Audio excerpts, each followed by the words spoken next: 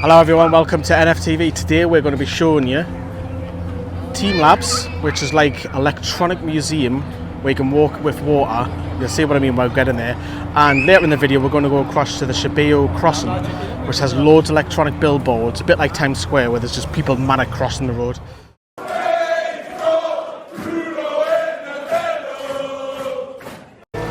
So this is actually water. So we're going to be in a room full of water here. Wow, look at this. This is mad, this. Like water to my knees. And there's just lights going on and off. Incredible, absolutely incredible this.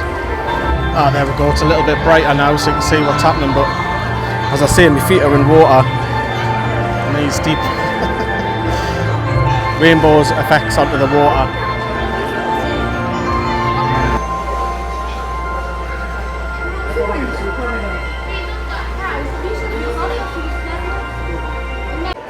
And we've walked into this balloon room, like them like big balls are moving. There's a joke in there somewhere, isn't there? But yeah, look, all different colours. Get under this balloon here. I feel like just in kicking one day. Don't think that'll get doing well. Like, I actually feel a little bit dizzy, believe it or not. Like, when I feel like the floor's tilting a little bit, but it's not, it's actually the art on the wall.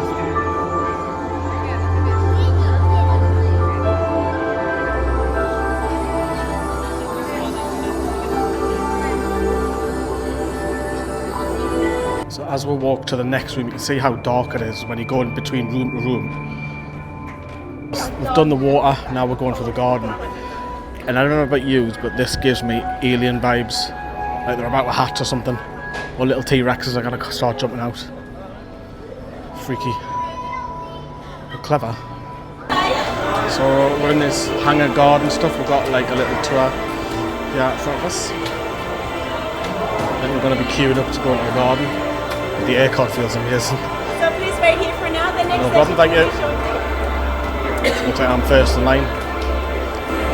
Well, we're in the garden bit, everyone.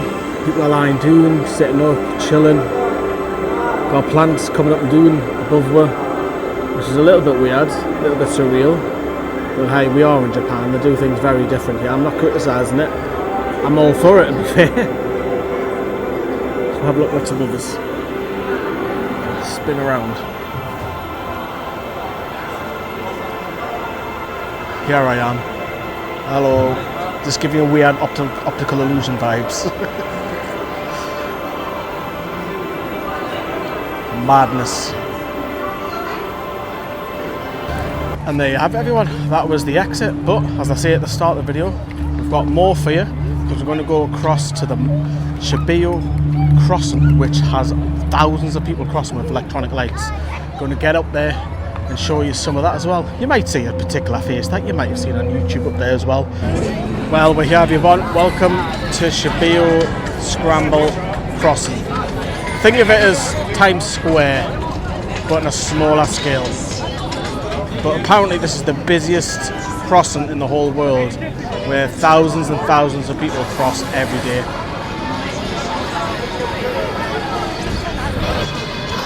Right, so we're crossing the road. Look how many people there are, man. Mental.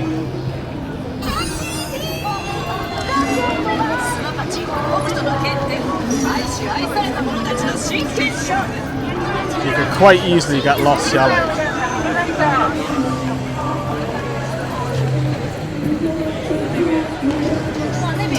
Me and John are going to talk a little bit of what's happened the past week in terms of transfers / speculation. Everybody knows I'm not a huge fan of speculation, but since John's with me, we can talk a little bit about it. And John, I want to start straight away with your thoughts if Newcastle do go in and sign Mark here. It'd be a statement signing, and he's got a market value of £60 million, and he's a Croydon product from the Crystal Palace Football Club, and this guy can defend. 6 foot. What I like about him, he's no frills, he gets on the job in hand, no frills, defends, wins it, gives it, precision. Simple stuff. Simple stuff. Does the simple stuff well. Yeah. And would you say he's now a mainstay in the England start 11 now? 100%, because it's been proved he's done it in the Euros, yeah. His first caps as well, and he goes into the final, and he's done fantastic. I mean, look, don't blame him for the defeat, by the way. But this guy, his performance, he's light-footed, he's good in the air, and he gets close. I mean, look, sometimes he can be a little bit, does concentrate a little bit in a way, like he could have got sent off against Slovakia, but what he does to Palace, he does the simple things right. He's a leader, and he is gets on with the job. So he's either going to sign a contract with Palace or he's going to move. So it's one of the two. So if Newcastle come in, will that start a frenzy with other clubs thinking, oh, wait a minute, Newcastle are in for Mark Gahey, will that start a frenzy with some other clubs? Yeah, I mean, other clubs are going to be looking at him as well. They're going to think, oh, hang on a minute, we could do with this defender for the long term. I mean, look, I'm sure United will want him. I'm sure Liverpool will want him if Van Dijk decides to move on to the Saudi, whoever it may be. I mean, they're looking for one. I'm sure, in a way, Chelsea, you know what they like. They're trying to create an American football team, aren't they? Let's be real. You know what I mean? But for me, where else can Mark go? I mean, Newcastle, we're a project club. You know, we're looking for a defender for Fabian Schär, might be on his way next season. Jamal Lascelles might be on his way next season, you know. That's two, could be gone. So you definitely need a right side centre back. This guy can walk into Newcastle United, he will do a job. Like you said, I say a lot, some Palace fans think it's a sideways step, not a move career. Going upwards, I disagree on that. How many times have Palace competed in Europe? How many times have Palace finished ahead of Newcastle in the last 10, 15, 20 years? Fact. I mean, at the end of the day, it's a step up, isn't it? It's a step up. And for me, what people have to realise, right, Palace fans, right, we're a bigger club than you, yeah, with the greatest respect, right? But for fans telling Mark to say, look, Newcastle's sideways step or sideways move, right? No, it ain't. Go and tell it to Alexander Isak. Go and tell Bruno Guimaraes, yeah? Go on to Andy Gordon, yeah? Let's be real, right? Even Nick Pope, yeah, to an extent, yeah? Or even Stan Botman, yeah? Newcastle United were a stepping stone club. We're no more a stepping stone club. Because you know why? Because we're a project and we want to do bigger and better things at the football club. If we go, I think it's a great sign if we get him. Yeah. I do. I genuinely feel that's a great sign, and it's competition for the centre-back places. Because when Botman comes back, it's Botman, Shea or Gahey. 2 out of those 3. That's a great problem to have. Probably means that Jamal Lascelles will probably have to move on, because you've still got Emil Kraft. We'll see what happens with Alex Murphy. Does he go out on loan? And then you've even got Lloyd Kelly who can fill in centre back and left back. Yeah. So that's if he signs. However, is that chunk that Palace are asking for, which is in the region of 60-65 million, is that too much? Because we don't know the budget of what we've got.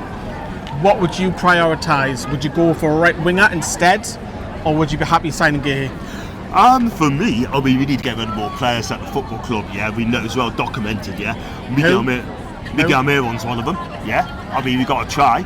Callum Wilson is going to any takers for this guy, yeah. So if we get rid of them, right, it's a big gift, right. But for me, you just said it there, we don't know how much budget we've got, yeah. We don't know. Where would you prioritise? Would you have a right winger first? 100%, because you need a right side midfield. Because for me, Miggy is not good enough. Jacob Murphy, don't get me wrong, I know you're a fan of him, I'm a fan of him as well. I mean, I'm not a fan of Jacob Murphy. I think he's a nice lad. I think he's a squad player best. Yeah, I stand corrected, sorry mate. Yeah, squad player true, but we definitely need a right side and mid. A right side and mid. I mean, according to a post in Italy, Francesco Chiesa could be worth 15 to 20 million quid. Well, he's been left out the latest Juventus squad, hasn't he? So he could well be on the market. Would you rather that be the end of be all? We go for a right winger, we spend on a quality player, and centre backs not much as an issue is right wing. Yeah, we definitely need a right wing. I'll be quite happy if we miss out on Marquis or Magichal. Go and get a right winger. We'd be quite. Is there any names that you would like to see? For me, I mean, who's out there? Chiesa? Chiesa's name's been mentioned. Yeah, he's the Japanese lad. Kubo the Sociedad. Yeah, I mean, yeah. I tell you what I'll do, right? I'll be quite happy to go all out, go back to Sociedad and get Kubo, right, for Sociedad, right? He's the perfect profile for Newcastle United. Yeah. Ironically, look at where we are. Land Horizon, son. And he's quick, he's direct. He's going to thrill the fans, right? I'd rather spend all the money on this guy for the long term.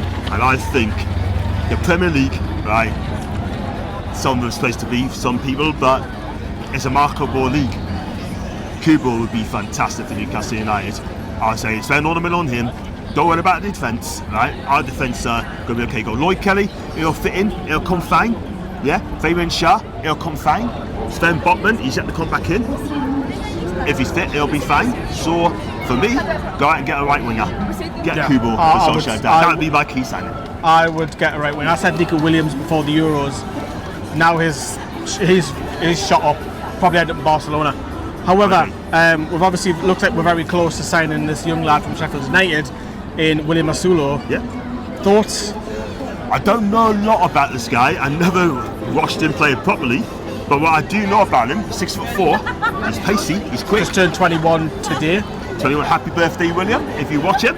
And which he isn't. He's got a decision to make. To come to us and be second string striker, play behind Isaac, or does he stay at Sheffield United and be our first teamer and help him get him back up?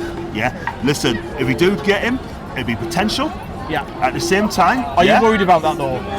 Because we're expecting Wilson will come back and he'll play 20 games. Yeah. Then he'll be injured for 2 or 3. I think he's at the stage of the now where his body's starting to take its toll. So if there is a substitution to take place, you've got 20 minutes, you can bring him on, left wing or up front. But if something happens to Isaac, then you're relying on this kid who hasn't scored a Premier League goal in his career. Is that concerning? 100%, 100%. But the thing is of William, I think he's going to come good, right? He's got potential. But it's not now. But we do need someone from the now. We need someone from the now who's going to come in and make a difference. Because last season we finished 7th, yeah? We need to do better, yeah? Callum Wilson, you can't trust him with his injuries. Isaac, as much as we love him, yeah? Can we trust him with injuries, yeah? If they both go out, we got no one. And that's if it happens to Isaac. We need 3 strikers. Like I think when he pulls on the black and white shirt, we will obviously get behind him. Of course we will. 100%. That's just the worry that his goal record isn't great. But Eddie Howe has improved a lot of players at the squad. You look at Lewis Hall recently. You look at Fabian Schär's a different player. Look at Joe Linton.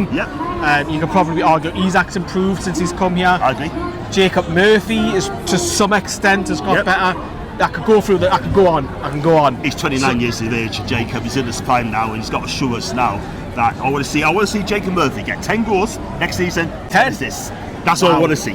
Wow, I don't think that's gonna happen, mate. But maybe Bruno should be doing that. But look, I think in terms of contract situations, I want to touch upon Anthony Gordon.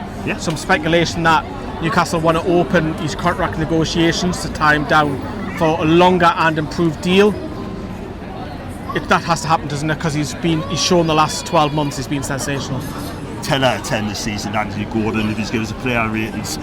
For me, I mean, the contract situation has got to be sorted out ASAP. I think he should step in now, offer what he wants, get him on a 5-year deal, and all speculations about him being that rumour with Liverpool isn't going away, is it? It's not going away, but for me personally, it's going to be going on for weeks, even months, as far as I know, because they mentioned this. But for me, the club should come out and say, right, you know what, he's going nowhere. We want to offer this guy a new deal. And any speculations have been going in the club. Anthony Gordon is at a perfect club. Yes, he's a Liverpool fan. Yes, he's from Merseyside. I get that. However, Lee, right? We want to keep this guy. We don't want to sell him. We don't want to sell him. Even if he did go, right, we get, I don't know, 100 million, 120 million. I think it's still a year too early for him. I think he still needs another season at Newcastle to prove what happened last season isn't just a one-off. You can go again and have another season. But more importantly, he needs, with a New England manager, he needs now to break into that England side and become a regular. 100%. That means he's got to keep doing what he's doing at Newcastle United, improve year on in, right? I mean, his stats last season. And he will. His stats last season were double figures. He talked about Jacob Murphy. Anthony Gordon achieved that. Yeah, absolutely. I mean, if he cancels he's doing with Newcastle United, this guy will be in an England squad, no question. Who's the best left winger in the Premier League? Anthony Gordon, and it's been proved. Forget Jack Grealish. Foden doesn't always play on the left. Saka plays on the right. Every time. Why wasn't he played in the Euros? You got 5 minutes against Slovakia or someone like that. Absolutely. Denmark, is it Denmark? Oh, I don't know how it was, but it wasn't very long. It was a ball draw. Yeah. But obviously now that the lads have flown back, they're back in the UK now. We're still here for another day or two. They're back in the UK, so we expect Paul Mitchell, Eddie Howe, now that they're back on English soil, this week will be a big week. Obviously we've got the Stella Cup on Friday and Saturday. Between now and Friday, do you see anything happening, at least behind the scenes? Well, they keep everything quiet behind the scenes. And It's they gotta- have to, Lee. They have to. It's a massive week for Newcastle United. Go and get the signings. Get me a right winger, right, before new season. Let's get them Are in. you worried though? Because we've got 4 weeks, haven't we? The thing is, though, Lee, right? I mean, this should have got sorted out like in the summer. Yeah, okay, we've got the Euros in the way. I get that, hasn't helped, but you should get your targets in, right, and make them an offer, right? Give them the money what they want, yeah, and get the job, Depends do how the much job. we've got. Exactly. The PSR, can we put it lump sum That doesn't down? help at all, Do we please. have to stagger the payments? We're not privy to that. We cannot see that. So it is a big week for Big week. Newcastle. Obviously, we'll keep you up to date on John's channel, on our channel as well. I hope you've liked the scenery behind us in this very marvellous Shibuya Crossing. We've got another video of John coming as well, talking about the whole experience in Japan. That's going to come out in the next 24 hours after this one, so stay tuned to that. And then cry your eyes, mate, because then we're heading home.